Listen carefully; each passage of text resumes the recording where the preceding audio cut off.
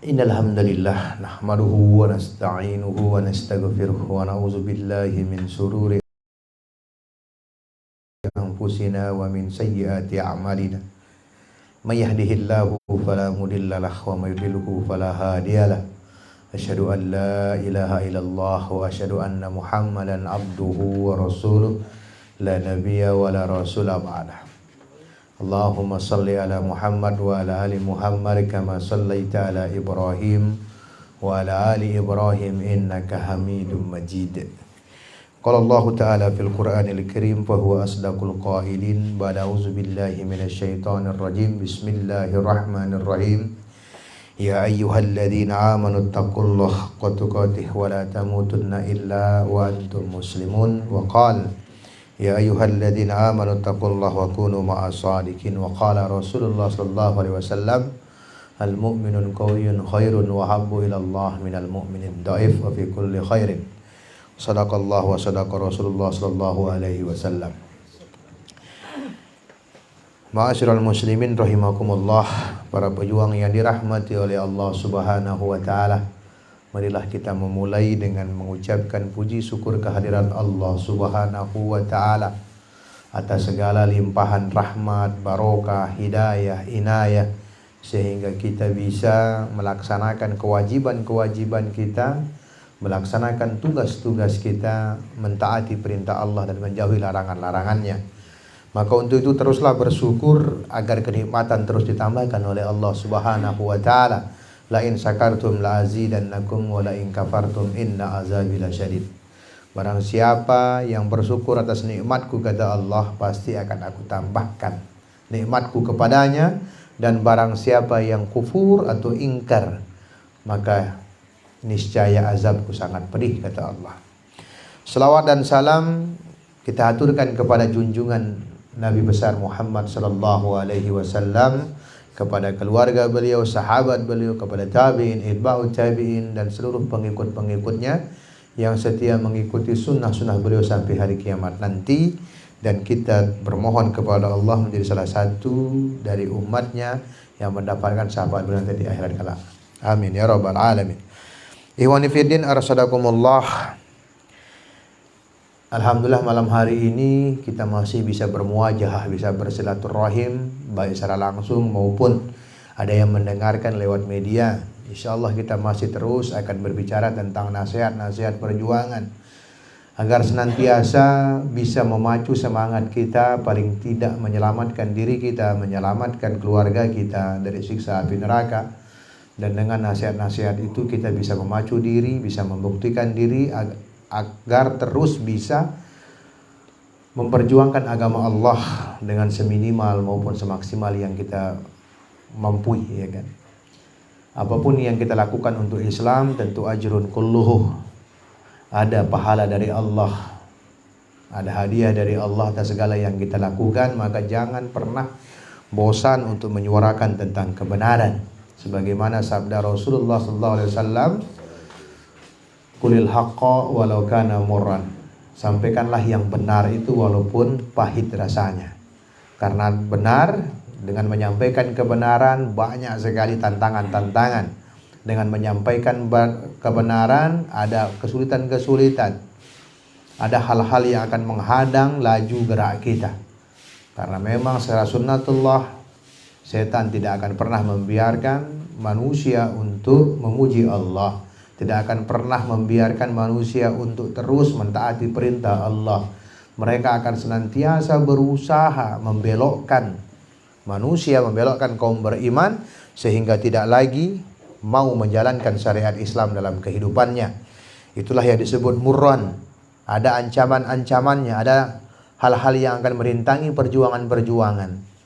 Tapi kita dikuatkan oleh nasihat para ulama, di antaranya adalah malam yasrab nahrul jihad mata atosan fi bahril jabban.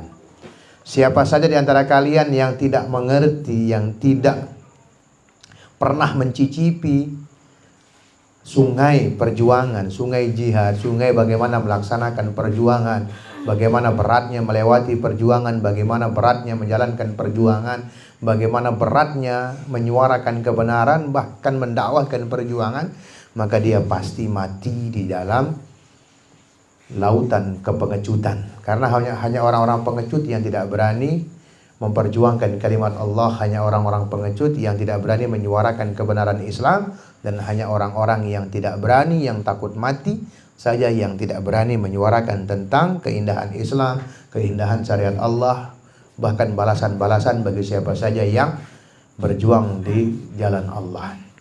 Ma'asyiral muslimin rahimakumullah, tentu setiap ibadah, setiap perjuangan yang kita lakukan haruslah kita memasukkan rasa cinta dalam hati kita. Ya, kita harus menyukai, menyayangi, mencintai apa yang kita kerjakan. Sebagaimana perkataan seorang ulama, Rabi, ya kan, yang bernama Rabi rahimahullah, dia katakan, alamatul hubbi hubbillah, ya kan, kadzikrihi, ya kan, bizikrihi, ya kan. Salah satu tanda cinta kita kepada Allah, maka kita harus terus mengingat Allah. Maka untuk itu salah satu tanda cinta kita tentang perjuangan, maka kita harus sering membicarakan tentang perjuangan. Harus sering andil dalam event-event perjuangan, harus mengambil bagian dalam pekerjaan-pekerjaan perjuangan. Maka kalau kita menghindarkan diri dari perjuangan, menghindarkan diri dari apa-apa yang dibutuhkan dalam perjuangan, mempersiapkan diri, mempersiapkan fisik, mempersiapkan ruh, mempersiapkan ilmu, mempersiapkan segala hal, perangkat-perangkat untuk memperjuangkan agama Allah, maka tentu kita tidak akan disebut cinta dengan perjuangan. Maka orang-orang yang mencintai perjuangan, dia pasti akan rela bersusah payah untuk menggapainya, untuk melibatkan diri dalam setiap event-event perjuangan itu.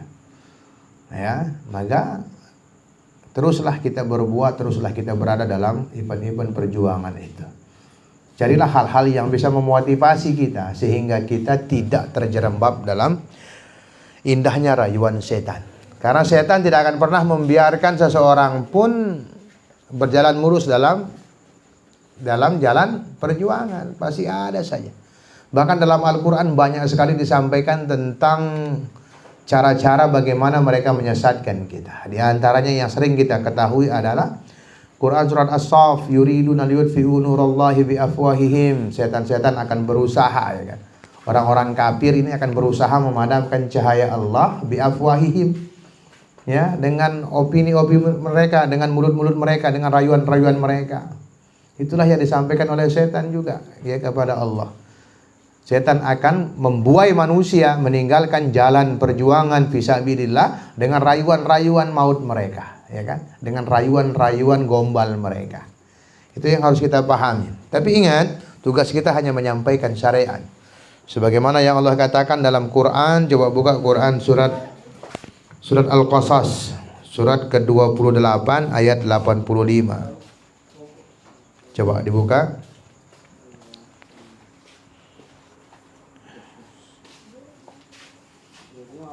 Coba baca. Ayat 85. Pak Haji, kipas dulu aja. Bismillah.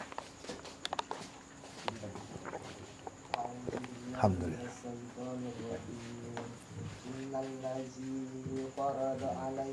Hadapkan sini aja.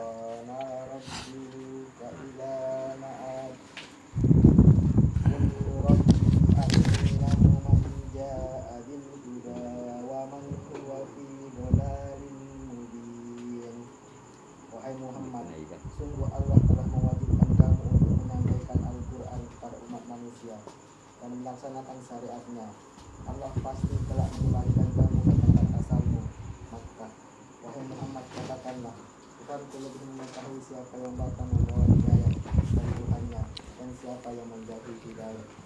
Ya, lihat bagaimana Allah mengingatkan kepada kita dalam firman-Nya ini, Bismillahirrahmanirrahim, innalladzi farada 'alaikal Qur'an.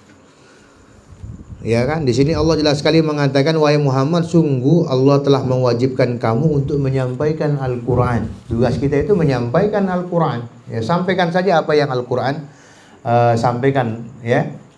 Ketika Allah menyuruh kita berjuang sebagaimana Al-Quran menyuruh untuk berjuang dalam ayatnya yang lain, innamal mu'minuna alladzina amanu billahi wa rasulihi summa lam yartabu wa jahadu bi amwalihim wa anfusihim fi sabilillah ulaika humus shadiqun. Di sini Allah menyatakan bahwa orang-orang yang benar keimanannya itu ditandai dengan berjuang di jalan Allah, ya, dengan tanpa ragu-ragu. Tidak boleh dia ragu-ragu tentang perintah-perintah Allah dalam Al-Quran, ya kan? Laksanakan perjuangan, ya, berjuang. Dan tidak hanya berjuang, juga ada pengorbanan di situ. Mengorbankan jiwa, mengorbankan harta, itu bagian dari tanda benarnya iman seseorang. Laradduka ila ma'ad qul rabbi a'lamu man ja'a bil huda wa man huwa fi dhalalim mubin.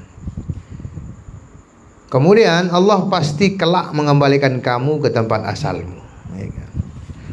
Kemudian Allah menyampaikan, Tuhanku lebih mengetahui siapa yang datang bawa hidayah dari Tuhannya dan siapa yang menjauh hidayah, kata Allah. Allah mengingatkan Nabi Muhammad dalam firman-Nya ini. Allah yang Maha mengetahui, Allah yang Maha pemberi hidayah kepada kita. Tugas kita hanya menyampaikan semua itu. Bahkan dalam ayat sebelumnya Allah nyatakan juga lebih jelas. Coba baca ayat sebelumnya. Ayat 84.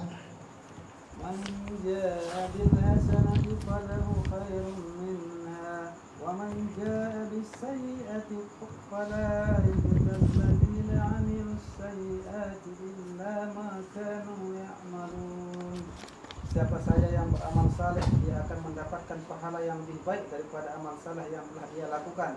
Siapa saja yang berbuat dosa, dia akan dihukum sesuai dengan dosa yang dia lakukan. Tuh, lihat ya. Barang siapa yang melaksanakan kebaikan, barang siapa yang melaksanakan amal soleh, man jaa bil hasanah falahu khairum minha. Siapa saja yang beramal soleh akan mendapatkan pahala yang lebih baik daripada amal solehnya tersebut. Wa man jaa bi sayyi'ah fala yujzal ladzina 'amilu sayyi'at illa ma kanu ya'malun. Sebaliknya, siapa saja yang berbuat dosa, ia akan dihukum sesuai dengan dosa yang dilakukannya itu. Ya kan? Maka sekarang pilihan ada pada kita. Apakah kita mau meneruskan amal soleh ini, ya, meneruskan amal baik ini, atau bahkan sebaliknya mengingkari perjuangan yang sudah kita lakukan dengan melakukan kemaksiatan-kemaksiatan. Ingat kata Allah, semua akan dipertanggungjawabkan. Ya, semua akan dipertanggungjawabkan. Maka tugas kita sebagai seorang mujahid dakwah adalah tetap di dalam garis-garis perjuangan. Ya, maka pilihannya adalah mencemplungkan diri di dalam sungai perjuangan. Ya, minum barang malam yasrob nahril jihad, gitu kan katanya. Barang siapa yang belum pernah minum dari sungai jihad, artinya siapa yang belum pernah mencemplungkan dirinya dari arena juang, medan juang, maka dia tidak akan pernah tahu bagaimana nikmatnya berjuang. Nah, orang yang tidak bisa mengambil nikmatnya perjuangan, nikmatnya membela agama Allah, maka selanjutnya disampaikan mata atau sanfi bahril jabat, maka dia mati di dalam lautan kepengecutan. Karena apa? Orang yang berani dan tidak berani jelas. Ketika dia tidak berani berjuang, maka dia adalah seorang yang pengecut, gitu kan. Ikhwanifidin arasadakumullah, maka tugas kita adalah membangun itu semua, ya. Membangun kekuatan-kekuatan, membangun kerangka berpikir tentang perjuangan, ya kan. Nah, di antara yang bisa kita lakukan adalah sebagaimana disampaikan oleh Nabi sallallahu alaihi wasallam, ya kan, jaddidu imanakum. Perbaharui terus iman kalian, ya. Karena dengan iman itulah yang bisa menguatkan kita dalam segala halnya. Sebagaimana iman itu bisa bertambah juga bisa berkurang. Al-imanu yazidu wa yanqus. Iman itu bisa yazid, bertambah, wa yanqus, bisa berkurang. Yazidu bit ta'ah wa yanqusu bil ma'siyah. Yazidu bit ta'ah, bertambahnya iman itu karena ketaatan kita kepada Allah.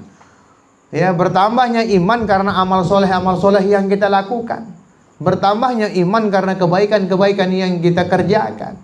Bertambahnya iman karena yang kita lakukan sesuai dengan yang Allah perintahkan. Wa yanqusu bil ma'siyah, ya kan? Dan iman itu bisa berkurang karena kemaksiatan kita. Ya. Maka hilangnya loyalitas kita kepada perjuangan biasanya karena kemaksiatan yang kita lakukan, ya kan? Karena kemaksiatan itu menghalangi amal soleh. Kemaksiatan itu menunda kebaikan kita. Itulah kenapa setan selalu menyuruh kita, mengarahkan kita kepada hal-hal yang maksiat kepada Allah. Agar apa? Tertutup, ya. Tertutup apanya? Tertutup kebaikan itu. Agar kita nggak sempat lagi melaksanakan kebaikan, sibuk untuk menutupi kejahatan kita. Padahal kebaikan itu adalah salah satu fitrah manusia. Ya, sudah pernah kita bahas ada 2 fitrah manusia, ya kan? Kullu mauludin yuladu alal fitrah, ya kan? Setiap manusia, anak yang lahir ke dunia itu dalam kondisi fitrah. Ada 2 fitrahnya, yang pertama fitrah keagamaan, yang kedua fitrah kebaikan. Fitrah keagamaan, mereka ya sang janin pernah mengambil persaksian di hadapan Allah pada saat masih berada di dalam kandungan ibunya. Kata Allah, alastu birabbikum, apakah kamu menganggap aku sebagai Rabb kamu? Maka persaksian si bayi adalah tentu, ya kan? Maka itu fitrah keagamaan. Maka bayi yang lahir dalam ke dunia ini dalam kondisi fitrah keagamaannya adalah tauhid, mengesahkan Allah, ya kan? Islam gitu ya. Kemudian 2 fitrah kebaikan. Maka 2 fitrah inilah yang diganggu oleh setan, diganggu oleh iblis, ya kan? Fitrah keagamaan kita dengan cara memanipulasi setiap agama, memanipulasi setiap gerakan kebaikan menjadi gerakan-gerakan yang tidak disukai oleh manusia. Dilabeli, ya kan? Dilabeli. Setiap perbuatan baik dilabeli dengan perbuatan-perbuatan buruk, ya kan? Orang pelihara jenggot harusnya baik, dicitrakan buruk. Orang yang pelihara jenggot disebut apa? Teroris lah, ciri radikal lah, macam-macam. Ya, itu kerjaan mereka, kerjaan setan, kerjaan orang-orang yang tidak senang untuk merusak fitrah keagamaan. Ya, untuk merusak fitrah keagamaan itu dilakukan hal-hal seperti itu. Ya kan? Maka sekarang kita lihat, ya, kita lihat orang-orang yang rajin ke masjid dicirikan buruk, ya kan? Bahkan yang terbaru sekarang ini, orang yang belajar bahasa Arab pun dicirikan buruk, cirikan teroris. Bayangkan ada seorang pengamat intelijen yang mengatakan ciri terorisme, ya, adalah bisa berbahasa Arab. Masya Allah, ya kan? Fitrah keagamaan dirusak semuanya, dirusak. Ciri-ciri keagamaan dirusak, rajin ke masjid dirusak, ya kan? Ciri-ciri semua itu dirusak, ya kan? Karena setan sangat tahu bahwa manusia ini memiliki 2 hal yang dibawa sejak dia lahir, ya kan? Semenjak sebelum dia lahir pun itu. Fitrah keagamaan. Makanya upaya untuk merusak agama dengan segala cara. Dengan hasutan-hasutan. Dengan opini-opini. Dengan argumentasi-argumentasi. Dengan segala cara. Makanya peperangan itu global, ya kan? Salah kalau kita hanya menganggap pertempuran itu hanya fisik. Salah. Ya, karena pertempuran melawan kekafiran, pertempuran melawan kejahatan, kemusyrikan ini segala lini, ya, segala aspek sosial, budaya, ya, pertahanan, ya kan, macam-macam, pendidikan, semuanya pertempuran, bahkan kesehatan, ya, virus segala macam, semuanya berbentuk perang, ya, perang untuk merusak fitrah kita itu, merusak fitrah keagamaan kita, dibuat kita tidak lagi misalnya mereka sangat paham bahwa orang Islam itu sangat menjaga dirinya dari hal-hal yang haram, maka mereka manipulasi hal-hal yang haram itu sehingga tidak kelihatan haramnya. Dengan cara apa? Mencampurkan hal-hal yang tidak dipahami. Misalnya kalau orang muslim dikasih makan babi, jelas tahu haramnya. Tapi mereka memanipulasi itu dengan hanya menambahkan gelatin babi. Kan nggak kelihatan, ya kan? Menambahkan minyak babi, ya kan?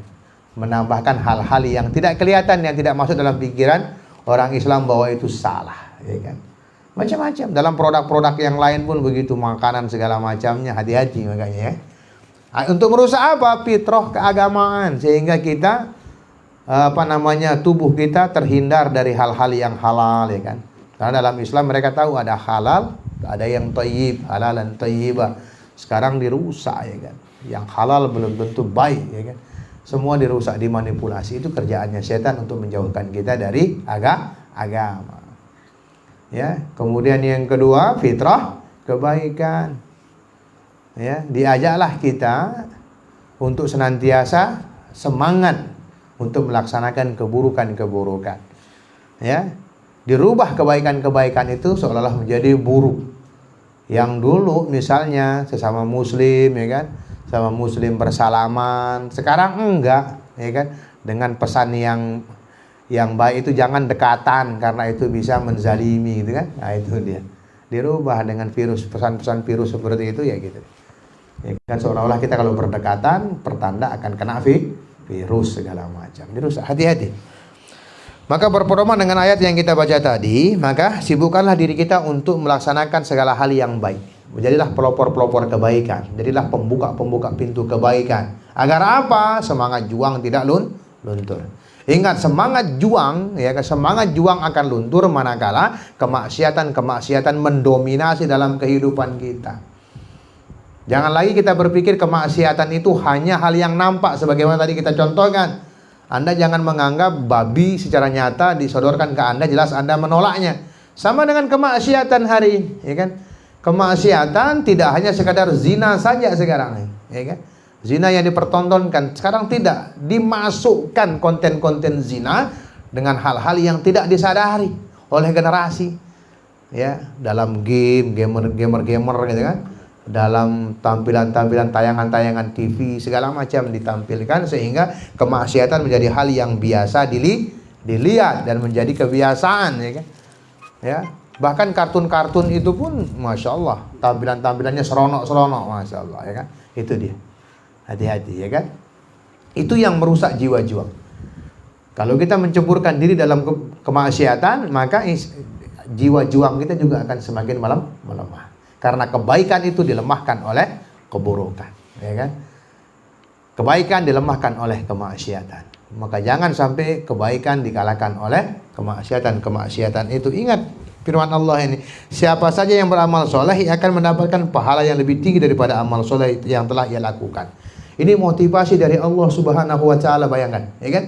Kita melaksanakan kebaikan ditambah, ya kan? Dengan nilainya ditambah dengan apa yang sudah kita lakukan. Berbeda dengan siapa saja berbuat dosa, ia akan dihukum sesuai dengan dosa yang ia lakukan. Masa motivasi-motivasi seperti ini tidak menggugah kita? Ya, motivasi-motivasi kesalehan, motivasi-motivasi kebaikan. Harusnya para pejuang sangat mengerti tentang hal ini. Ambil peluang-peluang yang memotivasi itu, ya kan? Apalagi dengan kondisi-kondisi yang sekarang yang kita sangat tahu kondisi seperti yang digambarkan di periodisasi Islam, periodisasi kehidupan, kita lagi berada di fase yang keempat sekarang, mulkan jawar, ya kan? Fase pemerintahan yang jahat, fase raja-raja yang jahat. Ya, seharusnya ketika kita mengetahui kondisi kita dalam kondisi yang sangat tidak menentu, sangat tidak oke dalam bahasa mudahnya, maka kita harus persiapkan diri kita untuk menghadapi semua itu. Sering kita sampaikan, kalau kita tahu yang kita akan lalui adalah jembatan yang bisa mengakibatkan kematian, maka yang harus kita lakukan adalah mempersiapkan kebutuhan kita sehingga kita bisa tetap lewat di jembatan itu tanpa mengalami kendala-kendala. Seperti yang kita rasakan hari ini. Ketika kita dihadapkan dengan sebuah penyakit yang tidak kelihatan, maka sebagai seorang yang beriman kepada Allah harus mempersiapkan dirinya manakala penyakit itu menghampiri kita, kita sudah punya kekebalan itu. Ya, kuatkan fisik kita dengan makanan-makanan yang sehat. Kuatkan fisik kita dengan obat-obatan yang bisa menguatkan imun kita. Ya, jangan sampai kita tahu bahwa itu sebuah keburukan tapi kita tidak mempersiapkan diri untuk menghadapi semua itu, ya. Ingat kata Allah dalam ayatnya, ya, wa'iddu lahum mastata'tum min quwwah, ya kan. Persiapkanlah kekuatan apa saja yang kalian miliki semaksimal mungkin, ya kan. Semaksimal mungkin. Yang kita lawan hari ini peperangan-peperangan yang tidak nampak. Ya, kalau dulu peperangannya nampak bom, ya kan, pistol segala macam. Kalau sekarang nggak nampak, Ya, ada yang nggak nampak virus segala macam, maka caranya salah satunya adalah dengan menguatkan diri kita. Ya, itu yang harus antum lakukan. Ya, satu hal yang bisa kita lakukan adalah satu, menjaga diri kita. Sebagaimana yang Allah sampaikan dalam ayatnya, Bismillahirrahmanirrahim, ya ayyuhalladzina amanu alaikum anfusakum. Wahai orang-orang yang beriman, jagalah diri kalian. Ya, jaga diri apa? Jaga diri dalam segala halnya, jaga lisan, ya, jaga pandangan, bahkan jaga hati, ya. Karena hati ini berbahaya, manakala hati kita rusak, maka rusaklah semuanya.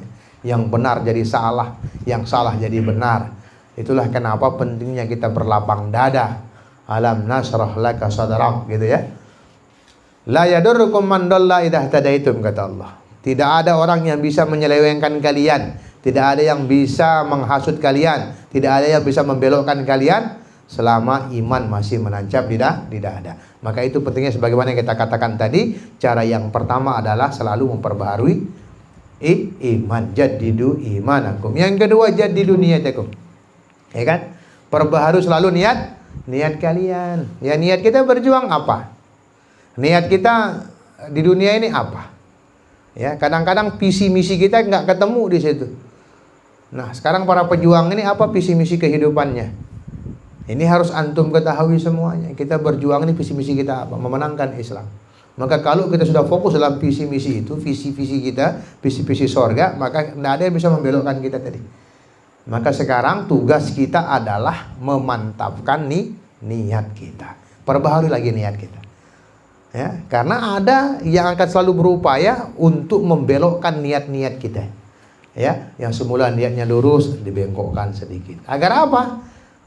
Agar tadi, ya kan, setan memiliki teman di nerakanya. Kemudian yang selanjutnya adalah, yang ketiga adalah ahsanu amal, memperbagus amal. Ingat firman Allah juga dalam Quran surat apa itu? Al-Mulk, ya kan? Al-Mulk, ya kan? Alladzi khalaqal mauta wal hayata liyabluwakum ayyukum ahsanu amala. Allah menciptakan kematian, menciptakan kehidupan, menciptakan kematian sebagai ujian buat kalian. Agar apa? Allah mengetahui siapa yang benar, baik, bagus amalnya, kan gitu. Nah, itu dia. Jadi kematian-kematian yang ada di hadapan kita hari ini, ketika kita menganggap bahwa kematian hanya kepada orang-orang tua, Allah mematikan orang-orang muda. Allah mematikan anak-anak. Allah mematikan orang yang tidak sakit pun. Sebenarnya itu ujian buat kita, bahwa ada hal yang harus kita lakukan. Apa? Mempersiapkan kematian. Jangan sampai kematian kita menjadi kematian yang merugikan. Apa kematian yang merugikan itu? Kematian yang tidak mati dalam kondisi Islam. Dan kematian yang paling elok adalah kematian dalam menjalankan Islam. Wala tamutunna illa wa antum muslimun. Ahsanu amala, perbagus amal kita. Perbagus amal kita. Jadilah para pembuka-pembuka pintu kebaikan. Kalau kita tidak bisa berbuat baik, maka kita membuka pintu-pintu kebaikan. Itu saja yang mungkin bisa kita sampaikan sebagai nasihat perjuangan malam hari ini. Yang pertama tadi kita sampaikan adalah pentingnya bagi kita untuk selalu terlibat di dalam medan-medan kebaikan, medan-medan juang, medan-medan perjuangan, sehingga kita tidak terkait, tidak berkumpul dengan orang-orang yang salah, orang-orang yang pengecut. Kemudian selanjutnya adalah pentingnya bagi kita untuk memiliki target-target kehidupan, visi misi kehidupan yang baik, visi misi kehidupan yang benar, sehingga kita tidak belok. Dan caranya itu adalah tadi, yang pertama terus memperbaharui iman kita, agar iman kita ini terus menyala, terus meningkat, benar keimanan kita kepada Allah. Kemudian yang kedua, memantapkan niat kita. Jangan sampai salah niat, jangan sampai niat kita dibelokkan oleh hal-hal yang membuat kita jauh. Kemudian yang selanjutnya adalah memperbagus amal. Karena semua yang terjadi di dunia ini adalah ujian buat kita, mana yang baik amalnya. Dan yang tidak lupa adalah ingat, musuh-musuh Islam selalu akan berusaha merusak fitrah-fitrah kita. Sehingga ketika fitrah kita rusak, maka rusaklah amal kita semua, yaitu fitrah keagamaan kita, kemudian fitrah kebaikan. Ini harus kita jaga. Kita harus bersemangat dalam memperjuangkan agama. Kemudian kita harus semangat senantiasa berada dalam amal-amal soleh kita. Subhanaka Allahumma wa bihamdika asyhadu an la ilaha illa anta astaghfiruka wa atubu ilaik. Billahi taufiq wal hidayah. Assalamualaikum warahmatullahi wabarakatuh.